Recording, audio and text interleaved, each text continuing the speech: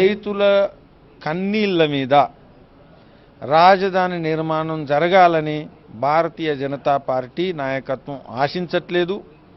కూటమిలో భాగంగా రైతులను అభివృద్ధిలో భాగస్వాములు చేయాలా అని మాత్రమే మేము ఆలోచిస్తాం.